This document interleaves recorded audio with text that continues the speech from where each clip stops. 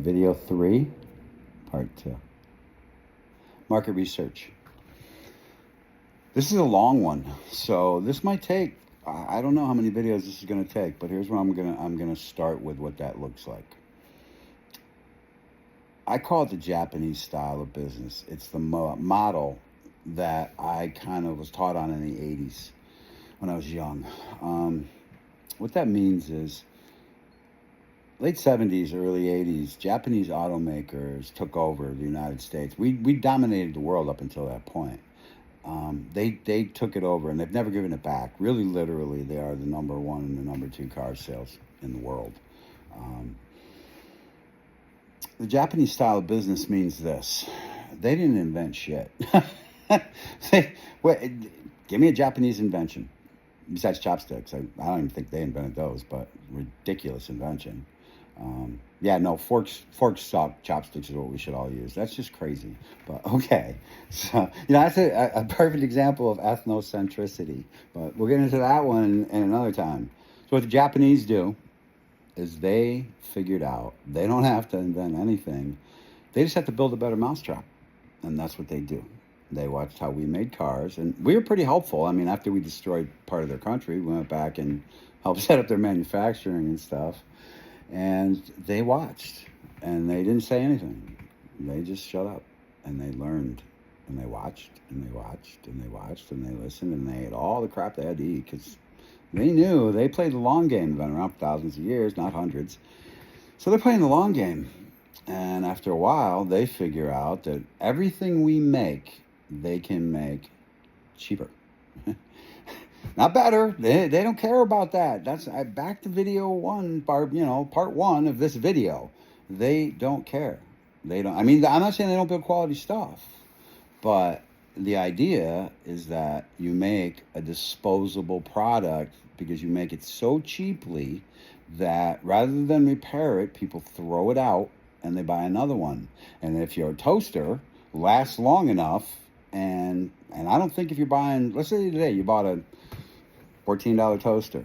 If it lasted you 3 years, 5 years, say 5 years, toaster will actually last forever. But after about 5 years, or if you have some kind of wives that like to change all the time, you're going to have many toasters. You have no problem throwing that thing away and spending another $14.99 or $19.99. It's a genius business model. They didn't use that as much in cars. But they dominated TVs, radios, cars, all that stuff.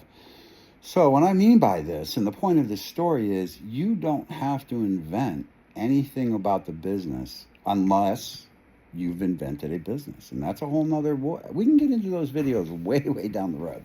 But study all your competitors. First of all, find the person that anywhere within 250 miles of you that's the most successful at what you want to be. Okay? Number one, that's what you do. Find out how long they've been in business. Okay? Did they start from scratch? Is it a father? How can you find all this stuff out? Man, just think how you find it out. You go online, go to their Facebook pages, figure out. Is this a company that a man started and built? You can tell. And here's the funny thing. You can call any company in the world and you ask them questions if you pose as a customer. They'll tell you anything I want. Hey, I was curious. I'm interested in family-run companies. I only work with family-run companies. Are you guys a family business? They're going to tell you.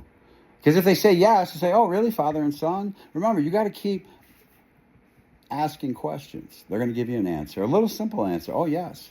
Really, father and son? Oh, no, it's a family business. It was started in 1850, but they're all dead. And so now you're looking at a company run by a professional. I guess that's the best terminology to use. You're looking for companies that are run professionally by monopoly players. How do you tell that? Well, it's easy. They look slicker. They have advertising. They're good on Facebook. They're good on all their follow-ups. They're the ones that email you constantly. They're the ones that do all of the stuff that drives you crazy. We'll get into why it drives you crazy and why it works down the road. So look at what they're doing.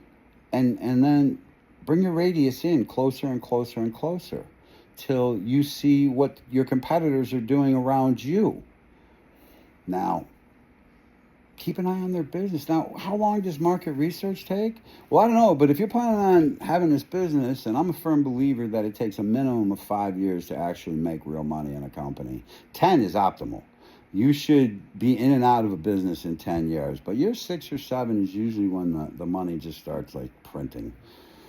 Automatic. All the work is in the beginning. Once you build the machine, if you get the foundation correct, everything will flow down the road as it comes. So you want to study. I mean, I would give it at minimum 3 months. I used to take, when I took on a client, I would accept a client and agree to look at their company in an industry.